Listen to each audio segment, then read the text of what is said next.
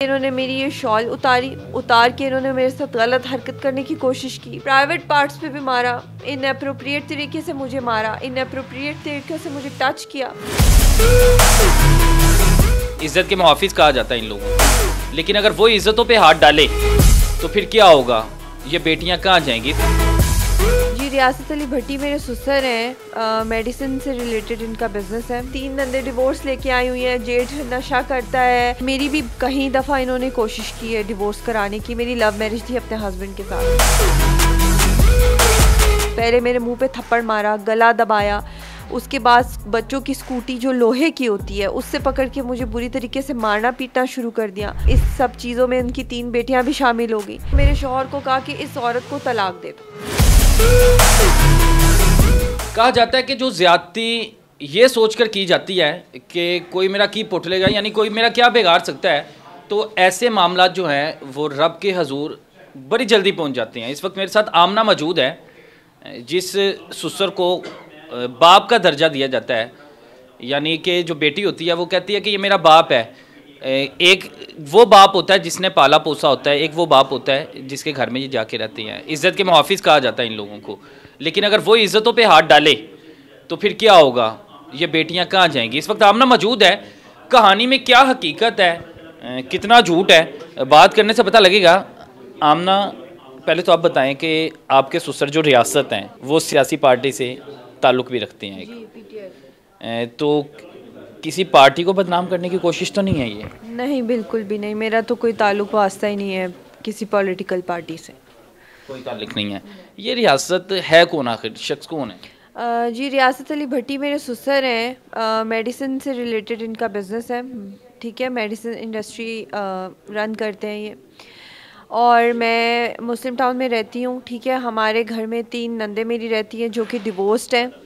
एक जेठ रहते हैं, उनकी भी डिवोर्स हो चुकी है और ये उनकी सेकंड मैरिज है, और उनके बच्चे भी उनको छोड़ के जा चुके हुए हैं।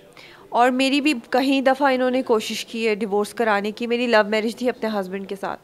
तो मैंने 10 साल जो है ना अपनी ज़िंदगी के बहुत तकलीफ़ें गुजारे। खाली मैंने नहीं, मेरे वालिदैन ने भी कई बार आके इनके हाथ पैर जोड़ के मेरा घर बसा के वो गए हैं।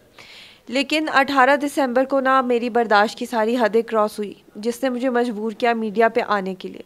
18 दिसंबर को मेरे ससुर ने एक फजूल सी बात पे मेरे साथ हाथापाई शुरू की। पहले मेरे मुंह पे थप्पड़ मारा, गला दबाया, उसके बाद बच्चों की स्कूटी जो लोहे की होती है उससे पकड़ के मुझे बुरी तरीके से मारना पीटना शुरू कर दिया। इस सब चीज़ों में उनकी 3 बेटियां भी शामिल हो गई। इन सब ने मिल के मुझे बहुत बुरी तरीके से मारा पीटा। जब मैंने फ़ोन करना चाहा तो इन्होंने मेरे हाथ से फ़ोन छीना, मेरा फ़ोन तोड़ दिया। मेरी जेठानी आई मुझे बचाने के लिए और उसने इन सबको बोला कि तुम लोग पागल हो गए हो, वो मर जाएगी। लिटरली अगर उस दिन वो ना होती तो मैं ज़िंदा नहीं रह सकती। जितना इन्होंने उस दिन मेरे साथ तशद्दुद किया। हमारे घर में छोटे मोटे मामलात, क्योंकि देखे 3 नंदे तलाक़ें लेके आ चुकी, तो आप समझ सकते हैं कि घर के हालात ऑलरेडी बहुत टेंस थे। लेकिन मेरे ससुर की हरकतें भी इस तरह की थी कि वो बहू को बहू नहीं समझते थे। बहू को बहू वाला रुतबा उन्होंने कभी भी नहीं दिया। 18 दिसंबर वाले दिन इन्होंने जब मुझे इतना मारा पीटा, किसी तरह करके मेरे शौहर से रब्ता हुआ क्योंकि वो घर पे नहीं थे। उन्होंने 15 की और पुलिस हमें ले गई। पुलिस जिस दिन हमें ले गई वहाँ पे जाके हमारी बात सारी हुई, सब कुछ डिसाइड हुआ। मेरे शौहर ने मुझे समझाया कि आमना घर की बात घर पे रह जाए तो ज़्यादा बेहतर है। मैंने अपने शौहर की इज़्ज़त रखी। ठीक है, हालांकि पुलिस उसी टाइम मेरे ज़ख़म देख के कार्रवाई करने के लिए तैयार थी, लेकिन मैंने अपने शौहर की बात मानी। लेकिन मैंने अपनी सुलहनामे में ये लिखा है कि अगर मुझ पर दोबारा डोमेस्टिक वायलेंस या मेरे पे हैरासमेंट हुई तो मैं फ़ौरन कार्रवाई करवाऊँगी और ज़िम्मेदार पुलिस होगी। इस बात पे मेरे ससुर ने अंगूठा साइन लगा के हमारी सुलह हो गई और हम घर आए। जिस दिन हम घर आए उन्होंने उसी दिन रात को मेरे शौहर को कहा कि इस औरत को तलाक दे दो। मैंने जैसी ये बात सुनी तो मैंने अपना मेडिकल कराया। मेरा मेडिकल कराने का मतलब ये था कि जब 4 रिश्तेदार, मेरे वालिदैन और 4 इनके ख़ानदान के लोग आके बैठेंगे तो उनको मैं दिखाऊंगी कि इसने मुझे मारा। मारते हुए मैं आपको ये भी बता दूं कि इस आदमी ने मेरे प्राइवेट पार्ट्स पे भी मारा, इनअप्रोप्रिएट तरीके से मुझे मारा, इनअप्रोप्रिएट तरीके से मुझे टच किया। और मैंने ये सारी हैरेसमेंट सिर्फ़ और सिर्फ अल्लाह मेरा जानता अपनी 2 औलादों के लिए बर्दाश्त की, क्योंकि मैं एक माँ हूँ। ठीक है, उसके बाद हमारी सुलह हो गई, लेकिन इसने वो सुलह को अपने दिल से नफ़रत नहीं निकाली, या जो भी इसको मेरे से प्रॉब्लम थी, या जो भी ये चाहता था अपने मकसद में कामयाब नहीं हुआ। इसने मुसलसल मेरे शौहर को टॉर्चर किया कि अगर तुम इसको डिवोर्स नहीं करोगे तो तुम्हें जायदाद से आग कर दूंगा मैं, ठीक है। मेरे शौहर ने कहा कि मैं अपने बच्चों से बेतहा मोहब्बत करता हूँ, मैं कभी अपने बच्चों को छोड़ ही नहीं सकता। उसके बाद 21 तारीख को जब मेरे शौहर भी इनकी बातों में ना आए और मेरे शौहर ने इनकी बातें मानने से इनकार कर दी, तो 21 तारीख को इन्होंने मुझे टॉर्चर करने के लिए ये खामोशी से मेरे कमरे में आए। आके इन्होंने मेरी ये शॉल उतार के इन्होंने मेरे साथ गलत हरकत करने की कोशिश की, जिस पे मैंने अपने छोटे बेटे को चीखे मार के बुलाया, क्योंकि मेरे हस्बैंड अक्सर घर से बाहर होते, और उस बच्चे ने मेरी हेल्प की और मैंने दरवाज़ा इनको बाहर ज़ोर से पुश करके दरवाज़ा बंद कर दिया। और ये इन्होंने एकदम से शोर सुन के इनकी बेटियां फिर आ गई, इनकी बेटियां मेरी उम्र की हैं, तो इन्होंने अपनी बेटियों को कहा कि ये मुझसे फिर बदतमीज़ी करी थी, इसलिए मैं तो इसको मैंने मारा। फिर मैंने SHO साहब को फ़ोन किया कि मेरे साथ फिर ये मसला हुआ है। SHO साहब ने मुझे फ़ौरन कहा कि आप फ़ौरन से पहले 15 करें, आपके पास आ जाती है मुस्लिम टाउन में, ठीक है। तो उसी टाइम मेरे हस्बैंड आए। मैंने फिर उस दिन उनको खुल के बात बताई कि उस दिन भी इन्होंने मेरे साथ ये किया, आज भी ये किया। फिर मेरे हस्बैंड गए और उनकी अच्छी खासी लड़ाई हुई मेरे ससुर के साथ, वालिद के साथ। फिर जब लड़ाई हुई तो मेरे ससुर ने मेरे हस्बैंड को कहा कि अगर तुम इसको 2 दिन के अंदर अंदर डिवोर्स नहीं दोगे तो हम तुम्हें जायदाद से आग कर देंगे और तुम्हें प्रॉपर्टी से कुछ नहीं मिलेगा। मेरे शौहर ने कहा कि मैं सच्चाई का साथ दूंगा, ठीक है, मुझे अपने बच्चे, प्रॉपर्टी और हर चीज़ से ज़्यादा प्यार है।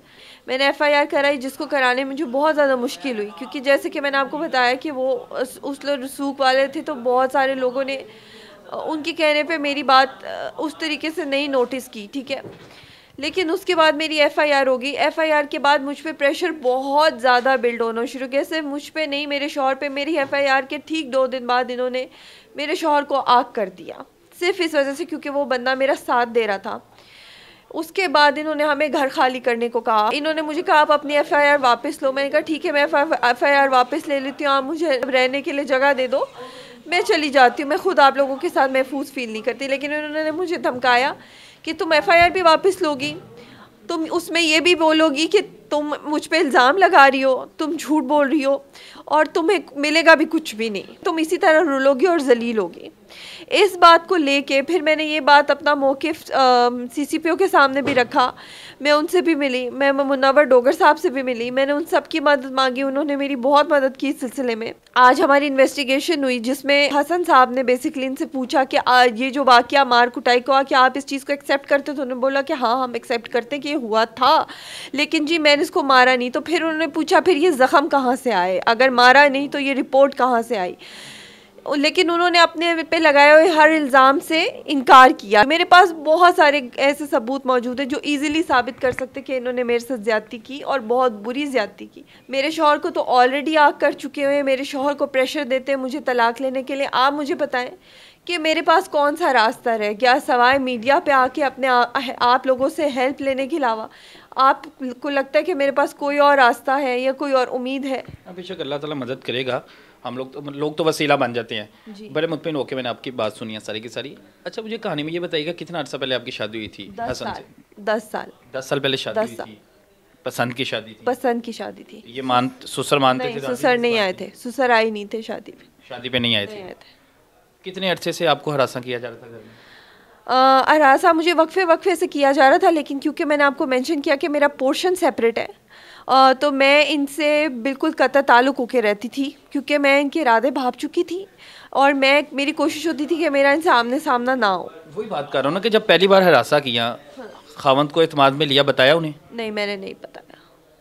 आप तब बता देती तो आज ये वक्त ना। नहीं, मैंने नहीं बताया, क्योंकि मेरे शौहर अपने बाप का बहुत ताबेदार बच्चा था। मैं नहीं चाहती थी, और वो शुगर के पेशेंट हैं, वो एस्थमेटिक हैं, ब्लड प्रेशर पे के पेशेंट हैं, तो मैं अपने शौहर से बहुत मोहब्बत करती हूँ, ठीक है, और मैं नहीं चाहती थी कि उनको इतना बड़ा प्रेशर कैसे दे दूँ मैं। कोई रियासत जो है आपका ससुर है, कोई नशा वगैरह भी करता है? मेरे जेठ करते हैं नशा पिछले 15 सालों से, और वो भी एडमिट भी रहे हैं इधर मसूद हॉस्पिटल में। सुनने में आया कि जब रियासत ने आपसे बदतमीजी करने की कोशिश की है, उस वक्त भी उसने शराब पी हुई थी, कोई नशे में धुत था? नहीं, वो नींद की गोलियां लेते हैं काफ़ी ज़्यादा तादाद में, मतलब दिन की 6-6, 12-12, तो इस तरह की गोलियां वो लेते हैं। और मतलब मेरे घर का माहौल आप खुद सोचें कि 3 नंदे डिवोर्स लेके आई हुई हैं, जेठ नशा करता है, जिनकी बीवी ने मुझे बचाया था, ठीक है, उन जेठ ने, क्योंकि ज़ाहिर सी बात है एक तरफ भाभी एक तरफ बाप है, ठीक है, बाप की दौलत उनको नज़र आ रही है, मेरे साथ मिलके या सच्चाई का साथ दे के उनको क्या मिलेगा? वही मिलेगा ना आखनामा जो मेरे शौहर को मिला। खावंद के अलावा कोई साथ दे रहा है? नहीं, खावंद को साथ देने का आखनामा मिला ना, बाकी नहीं लेना चाहते। बाकी आखनामा मेरे लिए क्यों लेंगे? कोई लेगा मेरे लिए आखनामा? वो तो शौहर है ना, 2 बच्चों का बाप है, वो तो ले सकता है, बाकी क्यों लेंगे?